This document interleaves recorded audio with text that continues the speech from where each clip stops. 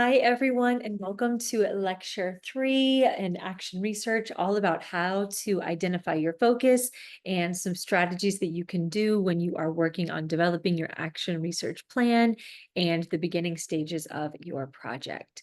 So we're going to go over the importance of having a strong beginning, a strong focus statement, and going through these steps to really think about it and reflect.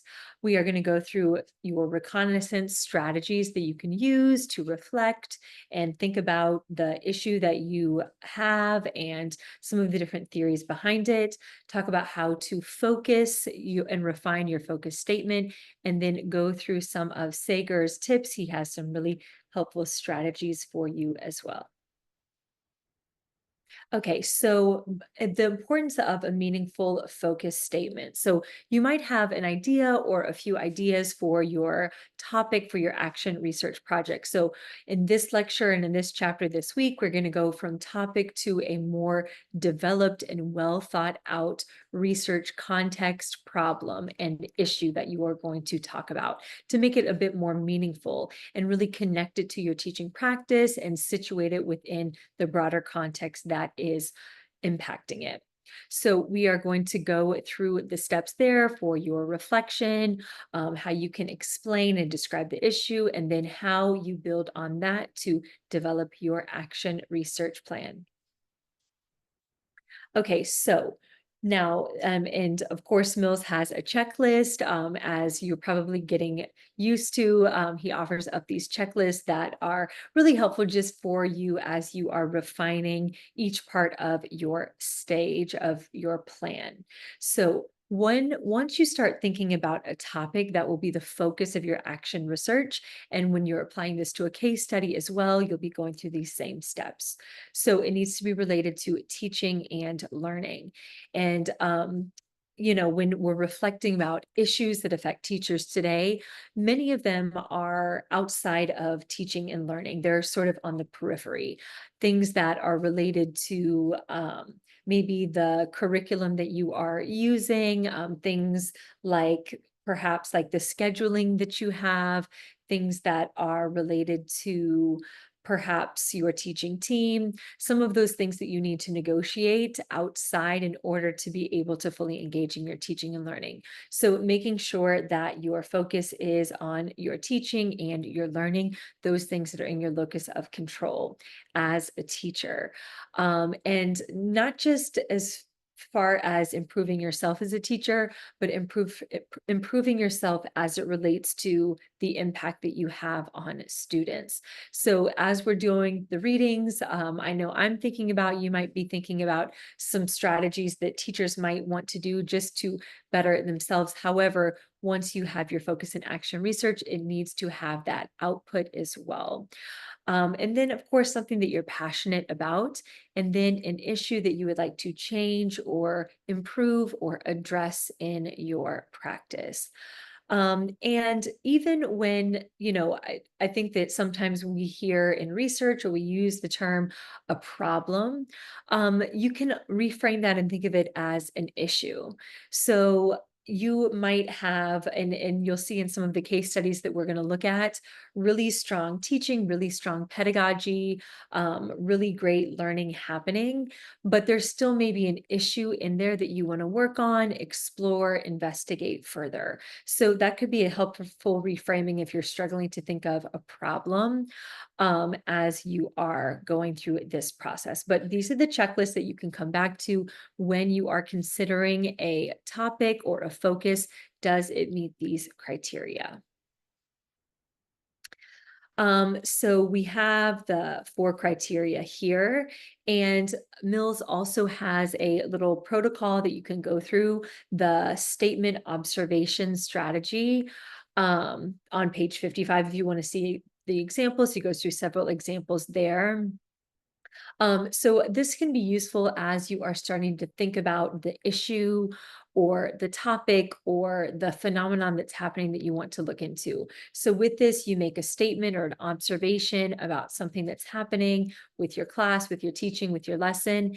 And then based on that observation, you ask a question, and you keep on going through these, making observations, asking a question, as the reflective practice to help you hone in on some issues that are top of mind for you that are currently occurring in your practice. And as we have kind of learned in the first chapter, action research is a cycle. So this is something that practitioners are engaging in throughout their career. So when you're going through this statement observation question cycle, this could be an issue that you even come back to maybe in a couple years. However, it might be in a new way or the context has changed slightly. So those are some things that you can do. And making sure that, again, whatever you're choosing is very much aligned with what you are doing as a practitioner on a day-to-day basis in terms of the teaching and the learning. Okay, so now from Sager, Sager has a couple of suggestions as well. So these texts I've included in the perusal as some supplemental references. You can see the page numbers here that correspond with selecting a focus. He has some implementation strategies. They're very user-friendly if you've kind of gotten used to his style as well. So one of those is a reflective interview where you discuss with a colleague and they interview you about maybe an issue or just more general, how's it going in your classroom, to help you start to think through, talk through what are some topics, some issues, some problems, some places of inquiry that are right for inquiry about your practice. Another really great super research-based strategy is journaling connected to reflection. So the reflective practice, I know I've been talking about this, is just so well documented as one of the most transformational practices educators can do is reflecting about their practice. And action research is, of course, systematic reflection about our practice. And so these journaling, daily instances, weekly instances, journaling just about how did it go? How did it go? What are your next steps? So once you get into the habit of doing that, you can look through those to find issues that maybe keep on coming up, things that you are noticing, or reading through your reflections, questions that you have after looking at them. Then if you choose to use one or both of these strategies, you can review through, reflect, and identify any recurring ideas that come up, and those might be a great topic for you. In the case studies that I have prepared for you, I have a sample reflective interview and journals that you can see. That way you can kind of get a peek into the educator to think about what issues might be most impactful or most prominent for them in their practice. So I know I kind of mentioned this, but with your journaling, you're focusing on, briefly what happened, but the successes of the day, the challenges that happened, things that you are working on there. And then in your interview, discussing concerns that you might have, and they can help you clarify or solidify or refine your focus.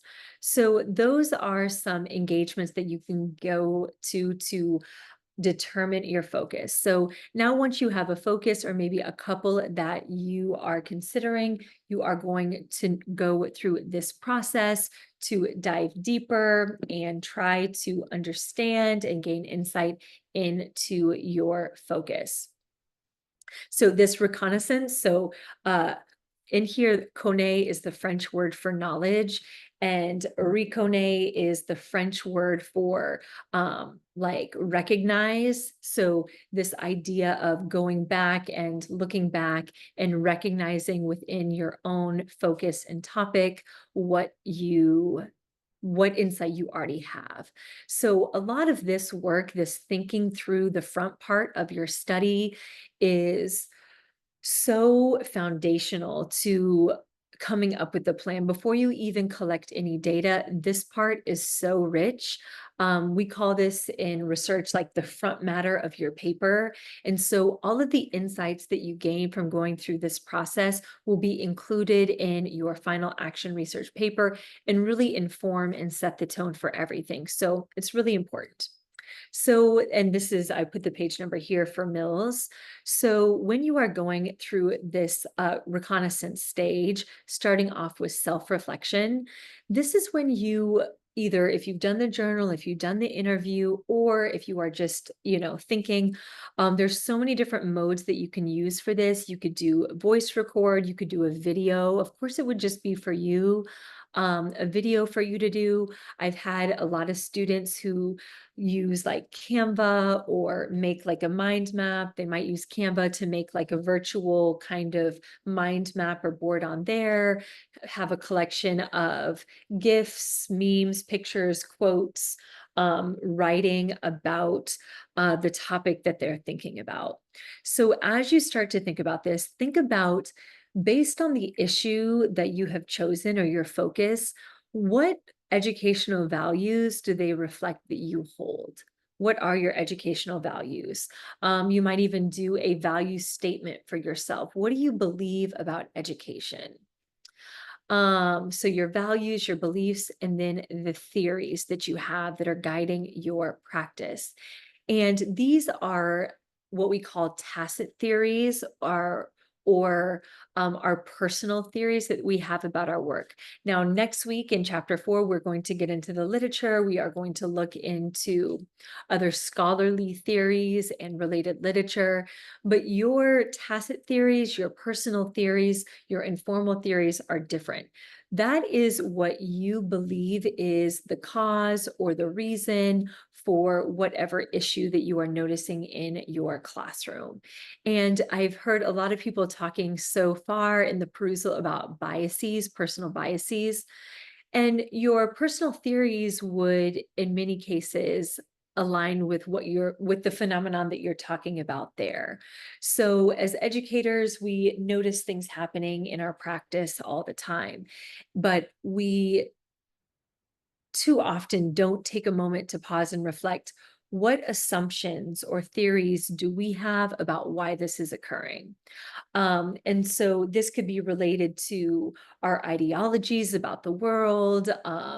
And we are all influenced by ideologies that are dominant here in the United States about race, class, about America in general, all of those different elements that make up our belief system, our ideology, become theories that we either reject, embrace, or are in the process of rejecting in our practice. So theories about that could be theories about student learning, how they learn. So you will have theories on all different levels, but taking a moment to think about that. So I don't know if this verbiage was in there, but I will insert it here. This idea of assumptions. What are your assumptions? So if you are noticing that students are struggling to collaborate, what assumptions are you making there? How are you defining collaboration? So going through some exercises like that as it relates to your values, beliefs, and theories. And I guess I am biased to this part a bit, but as someone who really enjoys the social foundations of education, I think that going through this process is super informative and can help guide the rest of your process. So here are a few prompting questions, and of course, Mills has a whole section about this as well. Then thinking about your situating yourself to the context. So what is the context of the school that you are teaching at? What are the demographics there? What is the school culture like? What are the beliefs of the school like? What are the family involvement? What's the relationship with students? What kind of dynamics exist within the school? So that's an important context to think about in relation to the research issue that you are taking on. What is the local context of your classroom, of your school, and then the broader context of education and society?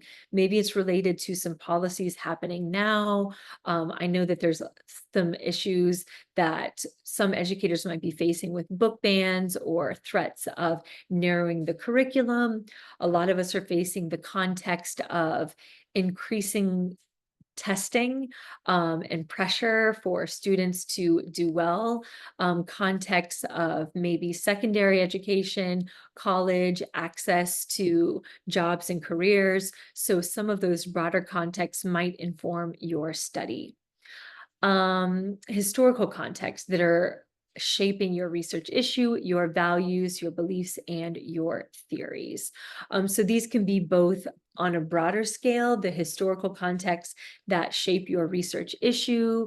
For example, if you are looking at something involving access to STEM and equity in STEM, some of the historical contexts that have led to exclusion in STEM, and then also about yourself. What are the critical instances in your life that led you to have the beliefs, values, and theories that you do? So that's the self-reflection piece. I'm sorry. I know I said I was excited to talk about this. Let me try to pick up the pace a bit. Okay, so next you have your descriptive activities. So this is a bit more so the self-reflection is really the digging deep, thinking about it. I think that coming up with a concept map or a way to visualize it or write about it, reflect it, and kind of map on all of those different components is useful. Now, the descriptive activity is when you are using your observational skills, like the who, what, where, when, why of the situation, the issue, the problem that you want to address or change or improve. So think about, what evidence do you have that this problem exists? Again, the word problem, you could also think of it as issue, challenge, opportunity, whatever you are going to make the focus of your inquiry. What evidence do you have that this focus or phenomenon exists? How often is it occurring? And who is most affected by the problem and least affected? Then you have your explanatory activities where you focus on the why. I think I said the why for the last one. I apologize. Why for your explanatory activities. Why is it happening? That again will connect back to your personal theories about it. And what are the contributing factors? Again, this will connect back to both your self-reflection and your activities. So as it relates to bias, you are the primary research instrument and you're doing this for yourself. So it's, in my view, not possible nor useful for you to totally separate yourself from all of your personal theories and biases. More important is for you to make them visible. Oftentimes we go throughout our day, our career, our lives without spending too much time thinking about these things. And that is, some people call it like unconscious bias. Joyce King would call it disconscious racism, but thinking about making it visible. So that's a way to not necessarily combat your biases, but acknowledge them and work with them, and um, think about how they are impacting your research and your teaching. So this making visible part hopefully will kind of um, help you feel like you are acknowledging any biases and really the whole of yourself that you're bringing to your research. So that is the process of gaining insight into your focus. So this week, as you go through the readings, you will, of course, hopefully be thinking of some things in your own practice. If you already have an idea for your focus, please leave it in the comments if you have a few ideas. So once you start to get your ideas for what you want your focus to be for this semester, and I don't think that this was on the checklist, but it also needs to be an issue that you are currently facing, something that is happening right now that you can address over the course of this semester. So start to think about that. And then also this week, you are going to read a case study. And so you'll get to read another educator's, hypothetical educator's situation, and you will go through this process, this reflection process with that educator. It won't be a self-reflection. You'll be doing it for them, descriptive activities, explanatory activities to try to hone in on what you would recommend that their focus would be, just as practice for you to go through this process for yourself. Okay, so here is a checklist. And again, this is what you will do with your case study. And once you have it for yourself, these are the tasks that you can go through. So an example here from Mills, the problem, students are struggling with problem solving. And as they go through there, you will see this example in the text to think about it. Like who is struggling, how is it being taught, and then the why for the explanatory. And this again comes back to your beliefs and theories about it. Why are students unable to do it? And then as you see here, that does relate to your hypothesis about it. So as you can see, this stage is super important in setting the scene that you will need for your action research plan. A few other ideas from Sager that I thought were so useful. The first one is the priority pie. He talks about this in the first chapter that we read, where you think about the issue that you're having, and then you think about the different components that are impacting it, kind of the different variables that are impacting this issue. And there's some examples in the text of this as well. And then Sager also recommends doing the graphic representation, where once you have your focus, you map out all the different components that are impacting that issue. So here are a couple examples from his chapter. So this was an example of just disengaged students during group work. So in the priority pie, you can see here engagement. This teacher assessed that that was about 50% of the issue. The group dynamics were 20, and then the instructional approach was 30%. So these are the factors, the variables that are impacting the issue. And then of course, in the graphic representation, I think I put an example here, and there's several other examples here. So here, over here, you can see where in the graphic representation, you have the variable. So this is like students' perceptions, what you think students are perceiving. You can see those here, and then this, and then over here, some possible solutions. So once you have gone through this practice, you've chosen your focus, you've reflected about the focus, you've considered all the different components of the issue, how you're impacting the issue, who's being impacted by the issue, and why it might be happening. Then you're ready to start choosing your action or creating your action research plan. And your action research plan will start with your focus statement. So you've already gone through this in-depth reflection about your focus. And so now you can go ahead and write your focus statement, which is in the format of the purpose. The purpose of this study is to. So here you can see an example. The purpose of the study is to investigate how hands-on activities in science affect student engagement and learning outcomes. And in the Mills chapter, there's several different examples of focus statements, just so you can get into the practice of what some of the verbiage is like.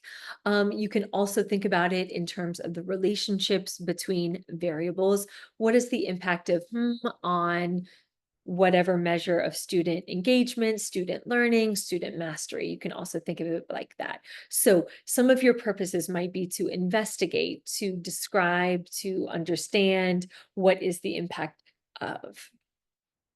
So that's your first step, is to write your focus statement, which is the purpose of your study, where you identify the focus and what you are trying to do. Now, next, you will define your variables. So what are you going to be measuring? And with that, you can think about specifics. What will you measure? And again, we're talking about teaching and learning. So your teaching will be the intervention, and then the learning will be the dependent variable that you are measuring. And like you may have identified a few different variables that you want to define and include, but defining those. And then you can move on to your research questions. And your research questions will build upon your focus statement. So your focus statement is written as a statement, like the purpose of the study is to investigate, is to understand the impact of, or something like that. And then your research question is even more narrow than that. How, as you can see here, how does using manipulatives impact math problem solving?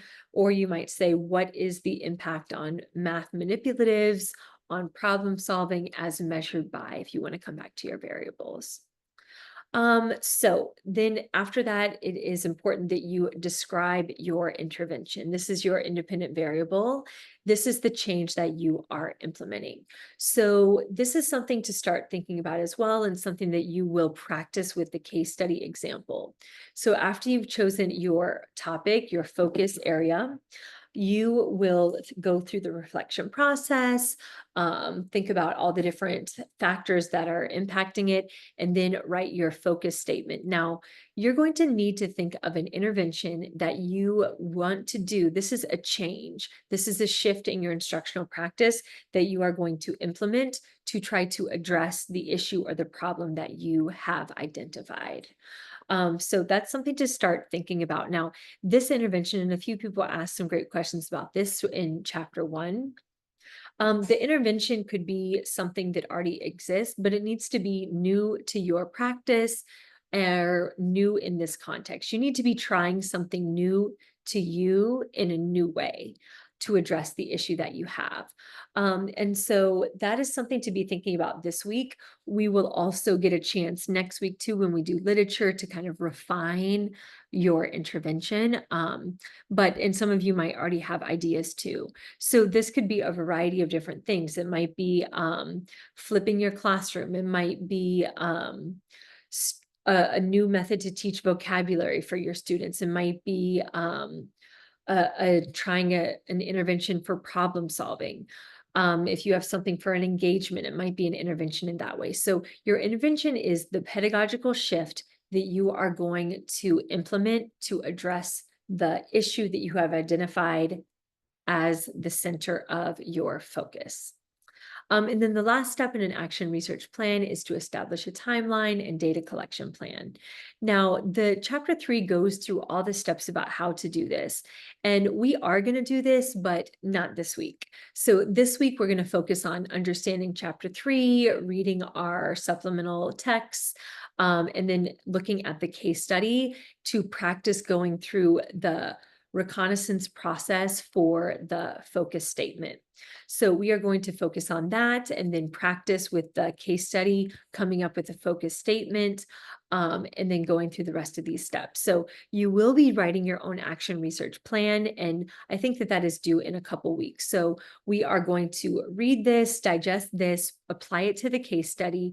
You can start thinking about your own, and then we are even going to have a Zoom where we're going to have a little protocol where you can get some feedback on yours. So this is a chapter you'll be coming back to as you write your action research plan, and we're going to continue to build from here. Okay, so this is the checklist once you get to the phase of writing your action research plan. And if you feel ready now, go ahead and feel free. I'd be happy to look at it if you wanted to go ahead and get started with your data collection.